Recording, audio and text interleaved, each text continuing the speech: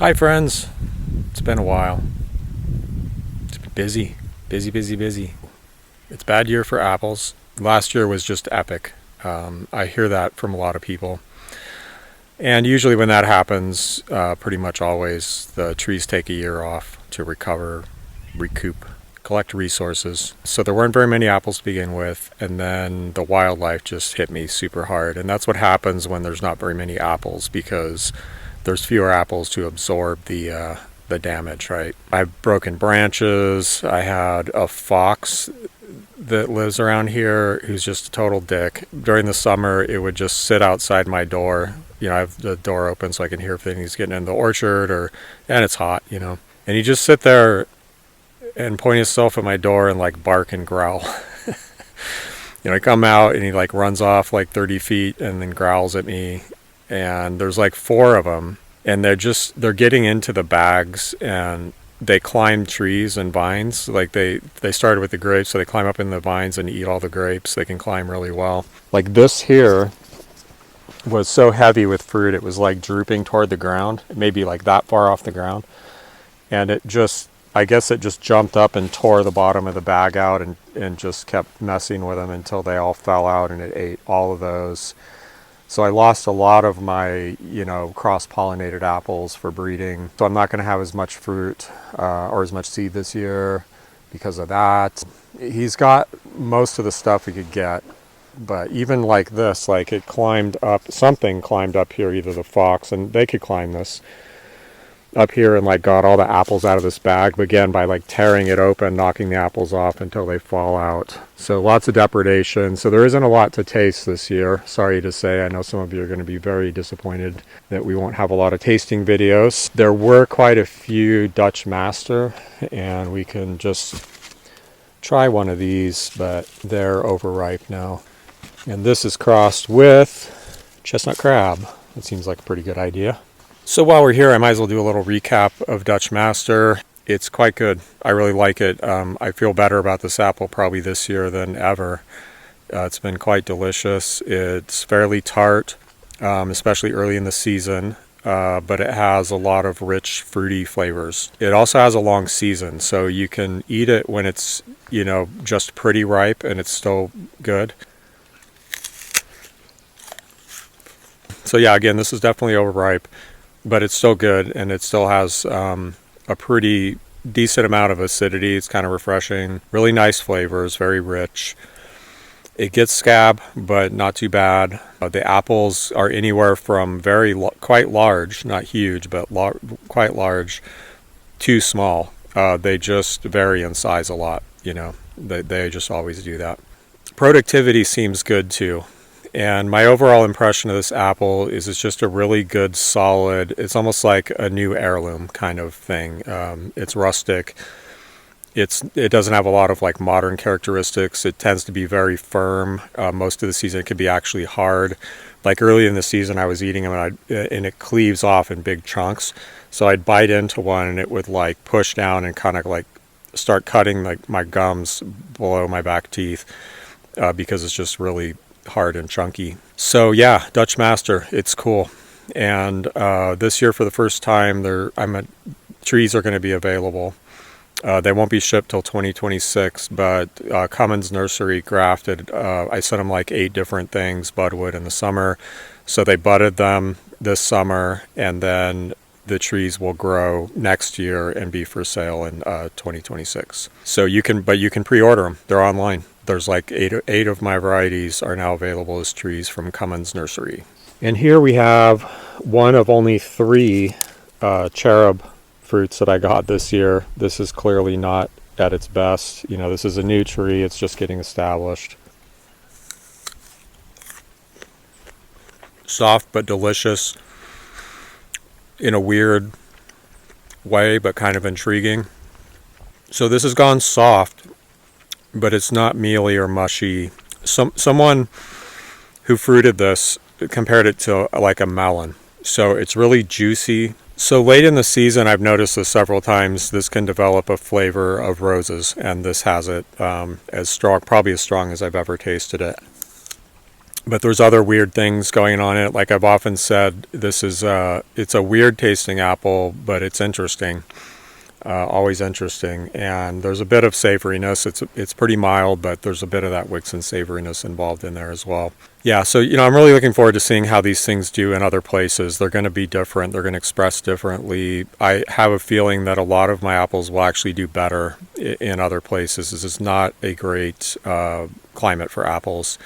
We have certain advantages, but a lot of other disadvantages, namely just extreme dry heat. So it looks like there's one Claygate pear main here. It's not bad. It's worth eating. It's rustic. There's quite a bit of tannin. It's rough. Not unlike a lot of English dessert apples. It's quite good, actually. A little bit of pear flavor, quite a bit of richness. This is worth eating. A tree a lot of people were excited about, and I'm excited about it too. It's a Grenadine Gold Rush 11-7. I managed to get some cross-pollinations made, which is really exciting. There's some with like a red-fleshed apple that I'm real interested in, and a bunch of other it's probably all red-fleshed apple crosses. I don't really remember for sure. This is the one that's similar, but is banana flavored, and I think this one's going to be a reject in the long run. It does this thing here. Let's look over here. You see how waxy looking this is? It's like really greasy. They just, a lot of times they'll do that and ripen early and sometimes fall off the tree. So in some cases, like Clarion inherited that trait from Grenadine. It seems to be a benefit. Like the early drops are actually really good. These early greasy ones, which is most of them this year, that's the other reason, just doesn't seem as good. Let me taste this one. So this is quite a ways off from totally ripe. It's already getting the banana flavor. I feel like it's just not going to be good enough to release, and maybe it's something I would send to breeders who are interested in pursuing banana flavor. And especially, it has the pink flesh too, so if you get those two things together, you might end up with some kind of banana smoothie apple, It's a good name too. So, we'll see how this plays out over the next couple of years, but I have a feeling it's not going to make the cut. 11-7 almost certainly will make the cut. Yeah, that thing does taste a little bit like a banana smoothie, or like a mixed fruit smoothie with banana in it. This one, it appears that the tag fell off, so unless I can find the tag down there somewhere or remember, I think this is probably Ingram. It's not ripe yet, which would be right because Ingram ripens late. So here we have Roxbury Russet. Doesn't really look ripe, but I'm going to try one anyway. They don't look very good. This tree is very, very weak. Look at all these little wimpy apples. It's just not a good tree. It doesn't look or taste like Roxbury, but sometimes Russets do that. None of these are exemplary at all. It's just not a good tree. This is Golden Harvey. It's an apple that I got really excited about at some point. That hasn't been very good here so far. So if this is the real Golden Harvey, who knows? It's soft, not very good. So one thing I will have a lot of seed-wise is these Rubiot crosses. Pollinated really well. Look at all the apples in that bag. I mean, who knows how many seeds are actually going to be in these bags, but they haven't suffered much in the way of predation, maybe none at all. Like, I don't know, they just haven't discovered them yet. So hopefully we'll pull those off. They're not ready yet, but there should be a lot of seed there. This is Clarion, previously known as Ice Princess. Doesn't really look ripe yet. Like, I don't even want to pick those. I also noticed that the fruit quality is just lower this year. It just doesn't seem very good. I don't see anything here that looks like it's ready to taste. It will have early drops, but they probably have all been consumed by something. Okay, well, look at that. There are some more cherub here, and they're pollinated with a red-fleshed apple that is a seedling that I'm excited about, which will probably get released, but not this year because the little bit it fruited, most of the fruits got eaten. I just don't think I'll have enough information. Sugarwood I think of as a later apple. Someone just wrote me who fruited it, and they were surprised at how much pink flesh it had. Also, they said it had quite a bit of Wixon flavor, and they were excited about it, about eating it. I released it as a cider apple, But I have to say, the more it's fruited here, the closer it gets, the less woody it's become. More pink flesh, quite a lot of flavor. Someone else who fruited it said they really liked it. So, you know, it may end up being more like a dessert crab / cider apple. Neat apple, but they're not really ready here yet. I can see these are very green. Again, you know, ripening times are going to be different in different places too. So getting through here is like a gauntlet of raspberries over thistles. See, I'm caught on the raspberries. Those are wild raspberries. So what happens is the birds come along here, they eat the raspberries, they come here, perch in this row, and they poop out raspberry seeds. Here is pine golden pippin pollinated with tomboy and golden russet. We'd have to go to the other side there, but I think we can just pick these right now. Knock them into the bag here. Golden russet. Put that in the bag, and sometimes I'll forget what they are, like what's in the bag, what the seed parent is. So I'm just going to write pine. I made a lot of pollinations onto this, which I think was Margil. Oh no, it's Zabergau Renette. Oh yeah, that's kind of exciting. So this is a pretty neat apple. It's very tart for people who like tart apples. It can be quite large. It didn't produce a lot of large apples this year, but I did leave a lot on. It's not very good quality. Most of these they don't look like they're there. Those are quite green. Yeah, so those can wait. Hopefully an animal won't find them and steal them all. But look at that. There's one amber wine here. Let's just pick that.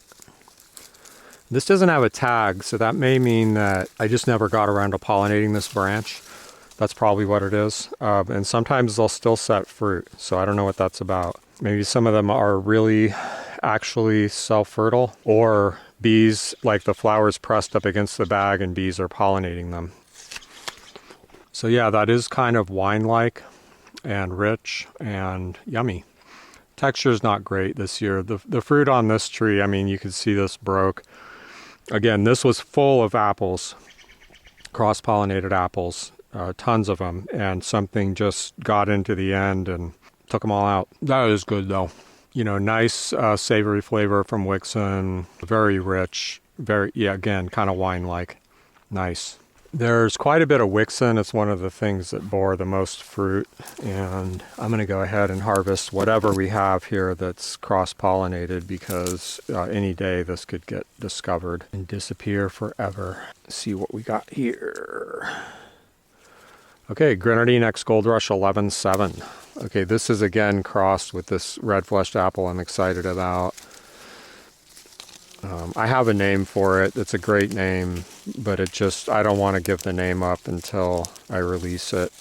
I mean, who knows? I could change my mind for one thing, but I don't think so. It's a great name. If it doesn't pan out, I might want to use the name for something else, and then everyone will be confused, including me. Yeah, it doesn't appear that I pulled off very many cross-pollinations with Wixon this year, but I'm at least going to have a lot of Wixon seed if something doesn't come along and eat all these. And I had one the other day. It was pretty good. Yeah, this red-fleshed apple I like. It's Pink Parfait X Rubaiyat.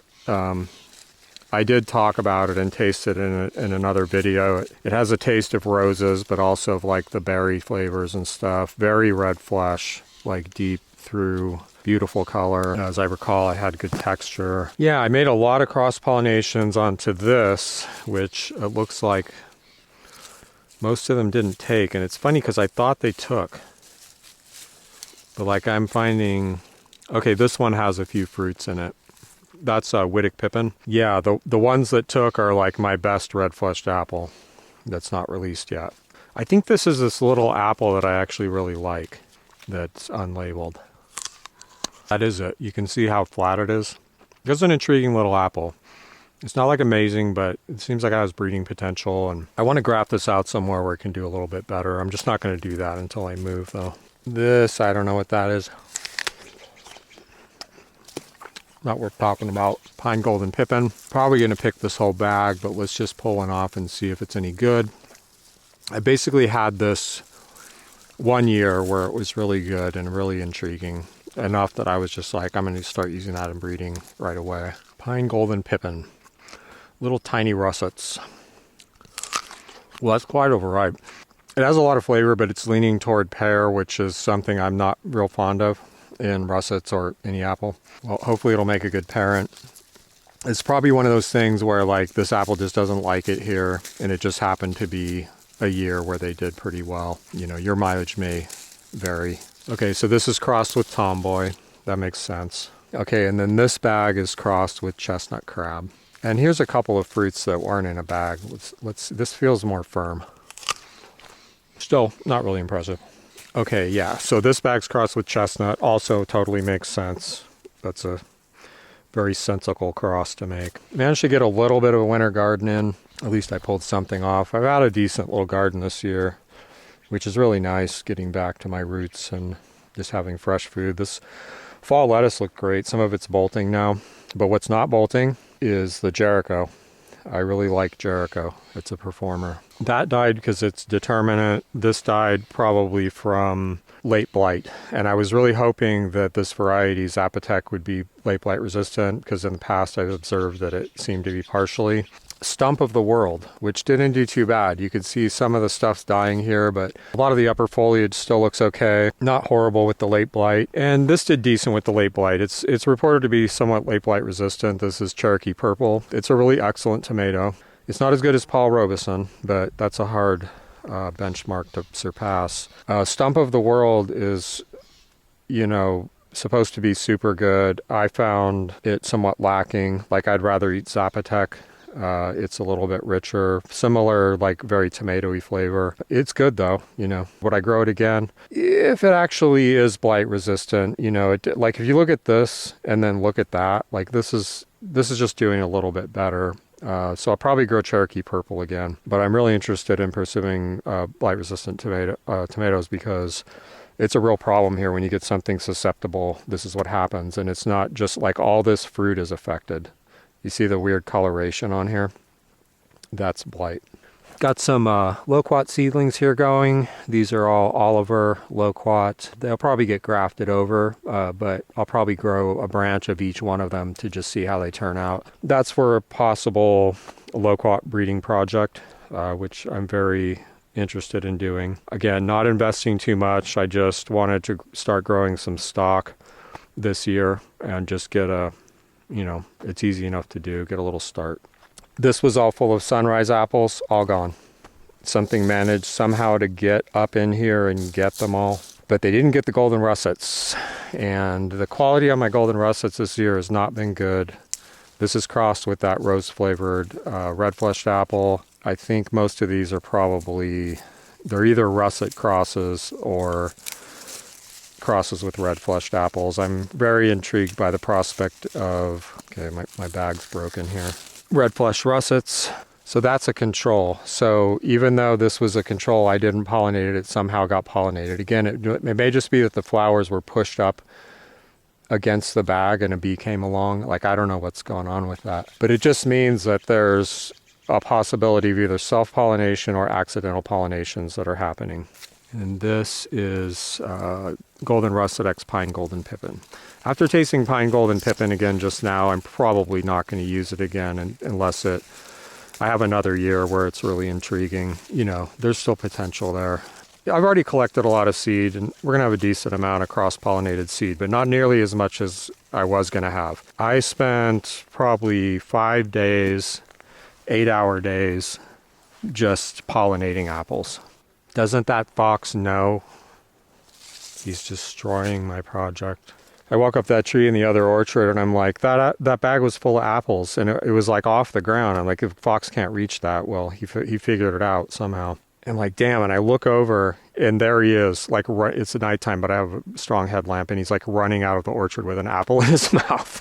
And, you know, I could try to trap him and move him, and I've been meaning to actually do that, but there's 4 of them. There's actually 4, there's 2 pairs. It's just that this one is there almost all the time. Like if I walk out at night, it's usually there like, you know, 50% of the time or more. He's just like the alpha fox. You don't get to be the alpha fox by being a nice guy, and he is not. He's a total little creep. This looks like, that's flaxen. Sorry, now known as pink lemonade. I don't expect these to be any good. This tree is really scrappy. The best specimens I've had are grafted to like a much larger tree. This fell off, but it's going to be this tag right here. Again, my best red-fleshed apple. Very intriguing cross. But we'll just take a bite of one of these and see what it's like. Why not? Yeah, not bad. In spite of being on the ground long enough that it's soft, underripe, damaged, grown on a wimpy tree in the shade, poor pink flesh development, it's still, that's worth eating. We'll leave these pink lemonade, maybe that will actually ripen up into something decent that I can get to eat and be like, yeah, I got a good pink lemonade apple this year. Okay, this is fun. This is Tomboy. A bunch of these are falling off already. I don't know why, if they're just early drops or if something's got in here and agitated them, trying to get them. But there's quite a few apples like in the bags. It produced reasonably well even in a bad year. It's actually pretty good even though it's very underripe. So depending on how long these have been falling off, they might be a little bit better. Yeah, that's closer. It's good. I'm going to leave as many of these as I can on the tree for now. I'm just going to leave that. That's crossed with Jelly Bean Cider, which is an intriguing cross as well. So here we have Hello Kitty. And unfortunately, this is a very late ripening apple. I mean, not unfortunately for me, unfortunately for us now to taste it. And here's one that fell off, but this just isn't going to be any good. Actually, it's kind of good.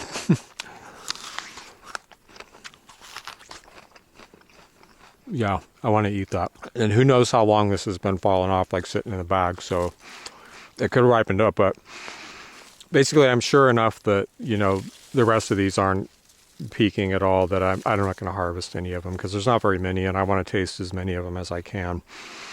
Managed to make some good pollinations. It's not a lot, but there's some. So I'll probably have some of that seed available. I'm not planting any more seed.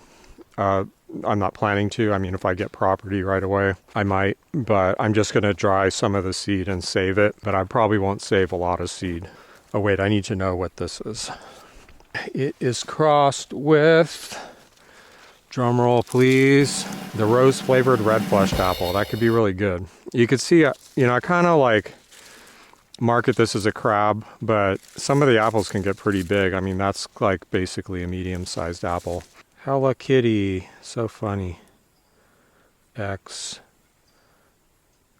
Yeah, look at these rows of trial trees. They're just barren. And again, like the little bit I did have, I had some fruit on these crosses here, but they got taken out.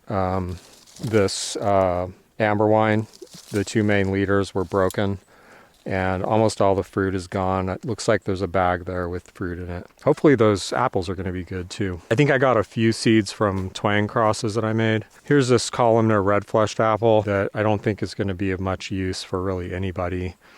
But it's intriguing for breeding because of the form is so good. This could pan out for some people as a sharp for cider blends. Maybe. It's very stout, dwarf, columnar. It'll bear like just huge amounts of fruit, like clusters of grapes, distinctly sharp, and it's pink or red. Okay, we have another broken bag, and this is cross-pollinated with, it's gone. What? Where's the schmaggin' fraggin'? It looks like I tore it off. Yeah, amber wine, so rich, full, savory flavor. As I almost always say about this apple, could use a little more acid. It just is what it is. If like a chef got a hold, like a creative chef, like a real chef got a hold of a box of these, I think they could do something very interesting. And the acid's negotiable. I mean, you can add acidic things to it, vinegar, there's some kind of amazing salads you could make with this thing as the base. And I'll be working on that eventually when I have a lot of them. But I would just love to get a bunch of these to a chef or multiple chefs or even celebrity chefs someday, hopefully, and similar apples and see what they can come up with. Someone like that, like unique ingredients, like new unique ingredients, it's like a treasure, right? Something to be creative with. I have some aged cheddar in the fridge. That's what I'm going to use this for. Here is Musketeer. Bags got torn off, torn open. Almost all the apples were eaten, but there's like A couple of scrappy fruits here. I don't think they're quite ready. And again, the rose-colored red-fleshed apple, almost everything got eaten on that as well. It looks like, no, see, that's musketeer, and it doesn't look ready. So hopefully that'll survive to the point that I can taste it. Remember last year where I was just going through here? It would take me like 2 days to get through. Them's was the good times. You know what I had this year, though, earlier? I was like, what's this apple? And I picked it and ate it, and I was like, oh, that's Pinker Lady. And it was really good. It was fun to eat. There's just one here, and I'm going to give that a little more time. This one I'm interested in. It's quite late, not ready yet. I have a nickname for it. Let's try this one. I just don't think it's there. It's quite sharp. Oh, yeah.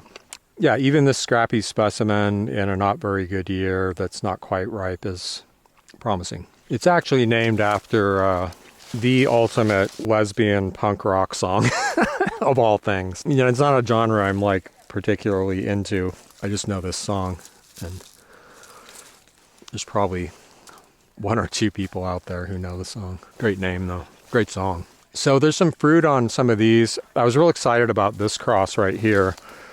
This is an absolutely gigantic, red-skinned, red-fleshed Grenadine X Golden Russet, Gold Rush cross. And there's like one rotten apple here. Everything else got wiped out. Yeah, maybe I'll get some seeds out of it. And it is the best possible cross, the most intriguing cross, I would say. So hard candy cider, not ready, but I did pull off a few pollinations. Really, honestly, it's just like a handful of apples, but it's something, including jelly bean. Let's hope. Yeah, so this one is crossed with jelly bean cider. That's like one of the most exciting crosses. So is that one. That's crossed with Irish peach, which also has a very rich fruity flavor. Not like jelly bean, more jelly bean. Okay, so that's good. We got some jelly bean, hard candy cider crosses. Best possible cross to make between those two. There's another one, so maybe like 6 apples. Hopefully they have a lot of seed in them. But next year is going to be epic because this year sucked. This is loaded. That one is 11.9, which is a very large, pink-fleshed, very tart, fun to eat. I really enjoyed eating them last year. I'd come out here and pick, these big, giant apples at night and then eat them and kind of want to eat another one. It's a fun apple. But I thought, wow, this has a lot of potential. Let's do some crosses on it. And I did. What's this? Pink Parfait. So crossing that with Pink Parfait, that's a great idea. This is my best red-fleshed apple. It started growing right here this year. So that's like 3/4 of an inch thick. This is 2 years old.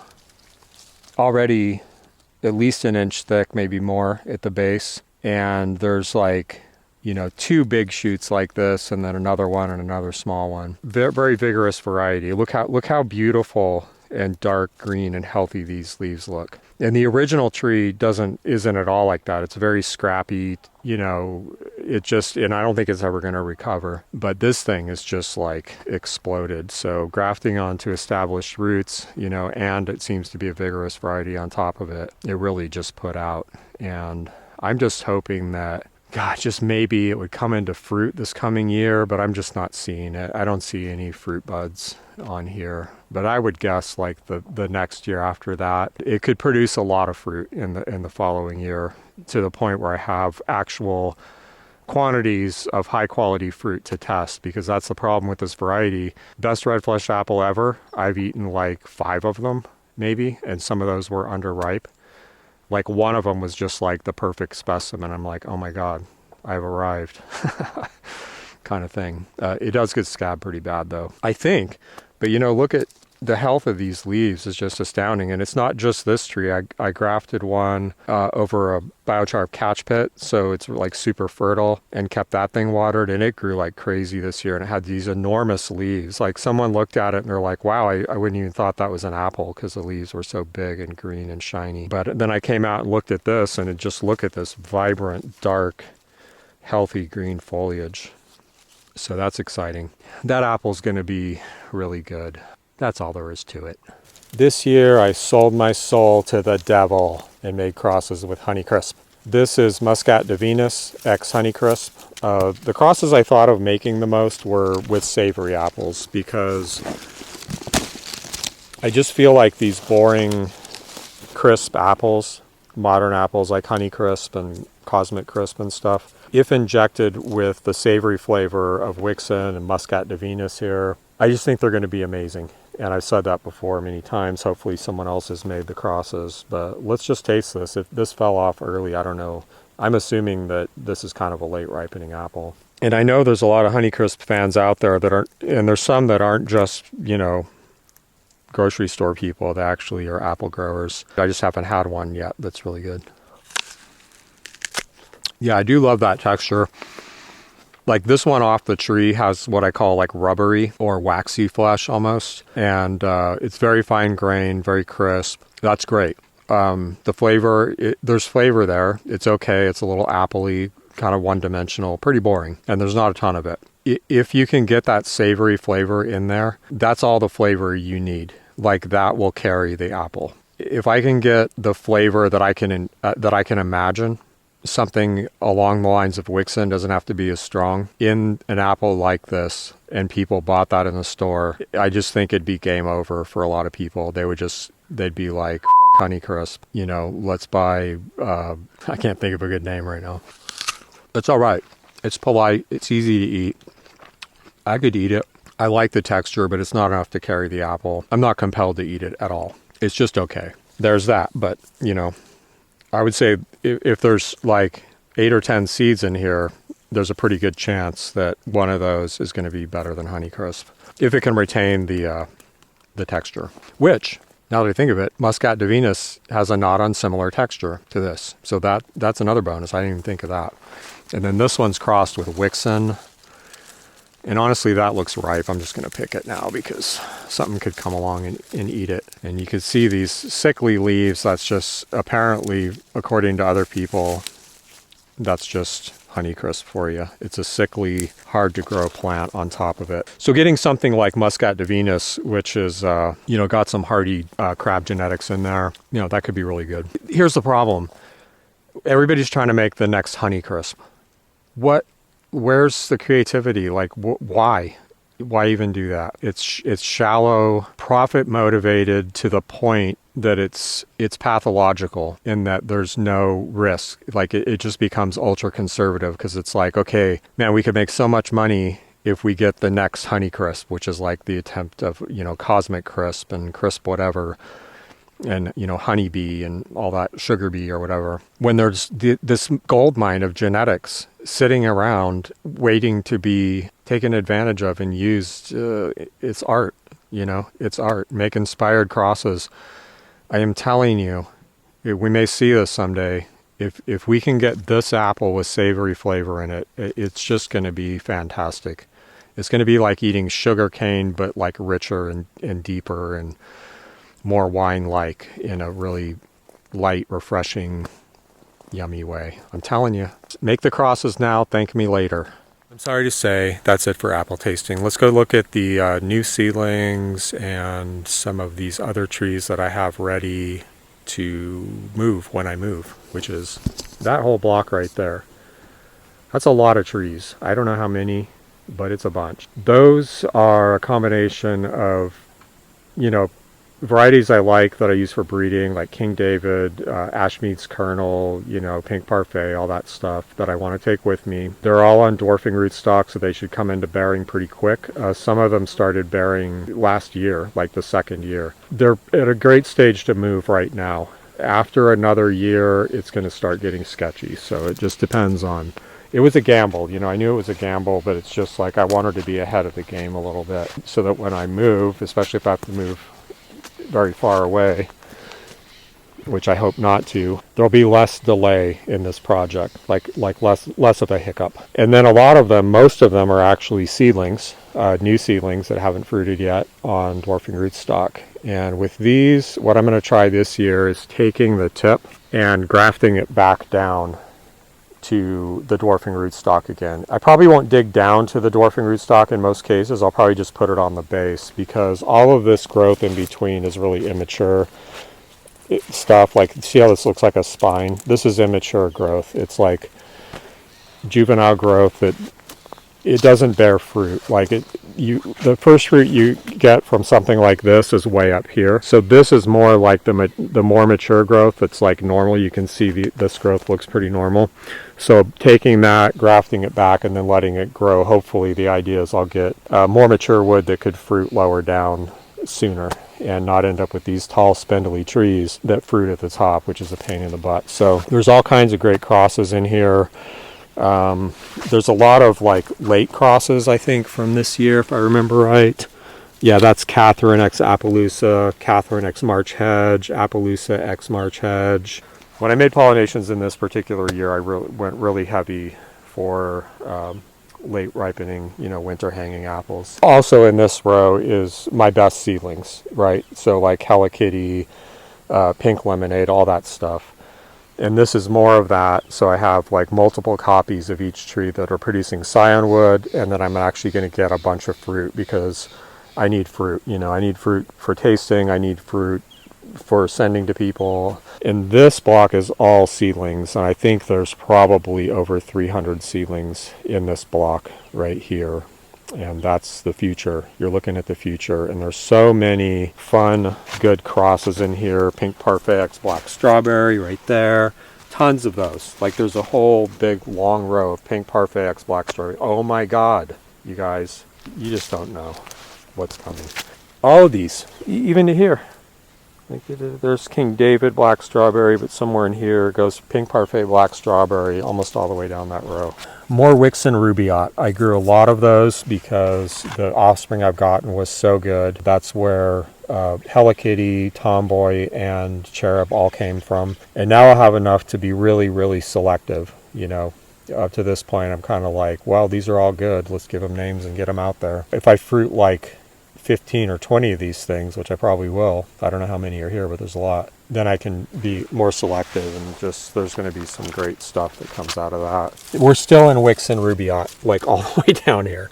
So it could be 30 trees, it's a lot. Cherry Cox Rubaiyat, trying to get cherry flavor in red fleshed apples. Some of those could turn out amazing. There's more, so there's a whole bunch of those. There's just so much good stuff in here, William Pride Black Strawberry, it's going to get interesting. And these look great. This year things worked out really good with seedling trees. I put them in these little pots that are about 2 by 2 inches and pretty deep. I just put them in there early in the season after being dried, and I just put them out in the weather, and I let them get cold in the pots, let the natural chill like winter thing happen, and they came up really good. There's quite a few. I have like a couple flats of stuff that didn't come up, and I just left them, and I'll put them out again this winter, and some of those will almost certainly sprout and come out of dormancy this year, because last year it wasn't that cold. So I think if it had been colder, I got them out sooner, I probably would have had a little bit even higher success rate, but I got plenty, as you can see, to keep me busy. So yeah, that's the problem, as I have all this stuff backed up. There's 2 more beds of seedlings, plus all these seedlings, just waiting in the wings for a piece of property to put them in. I'm in love with a property that is $1.5 million. Yeah. Yeah, I looked at a property nearby that, and I've seen some other stuff that's like more in my affordable range or closer. They just aren't, they're limiting. Like, the extent of my vision, whether it ever happens or not, all of it happens, is very large, and it would just suck to have to. I mean, this is going to be the last place. I don't see how it couldn't be at my age, and I just don't want to get into some place and just run out of space and run out of possibility. So there's going to be a lot of other stuff going on, having other people around helping out with projects, and this place has almost everything I need. There's some infrastructure missing, like barns and storage and stuff like that, but it has 12 probably acres of flat, fertile ground, which is not common around here. It's literally like right where I want to be. Like I've always been, like I want to live there. It's only 22 miles away, so that means I can come back and forth and manage stuff here, because like in pollination season I have to be here so I can keep my little space here for a bit, work on that, slowly transition, moving all the stuff I need to move, moving trees, coming back here to taste fruit that's ripening of seedlings that haven't even fruited yet, or I need to keep tasting. Everything about it is perfect except the price. And that price could come down, but honestly, I'll be surprised if it doesn't sell pretty soon. It's absolutely gorgeous. It has a creek. It has income already from like Airbnb and hip camp rentals, which would be the thing that could possibly make it affordable. But there's no way I can get financing for that. So, I have to meet a rich person who has $1.5 million. Well, not quite. I come up with some that they don't need working. Because even if I pay like a normal interest, it's like someone can make that money, make a lot more money in that time. And usually people with a lot of money, that's what they care about. That's my dream, that property. They won't even let me look at it without proof of funds. So I haven't even seen it on the ground. But I don't need to. I know where it is. I've seen it before. I've driven past that driveway and looked down in there and been like, well, there's like a little valley back there. What's that? Like, I want to go in there. Which is exactly what happened with this land before I moved here. I would drive past our ranch road here on the main road, because there's a place down that way I'd go to once in a while. And I'd always look down there and I'd be like, wow, road, there's all these ferns growing. I'm like, wow, that's intriguing. I want to live out here. And then I ended up living here. Weird. No. The only way I really see it working is someone just buys it outright, and then I get a rock solid lease to buy. Ideally, I would have time to make lower payments for the first year and maybe have it go up like $1,000 a year, because it's going to take a little bit of time just to get moved in, get some income streams going there. Yeah, that's my dream. Okay, catch you later.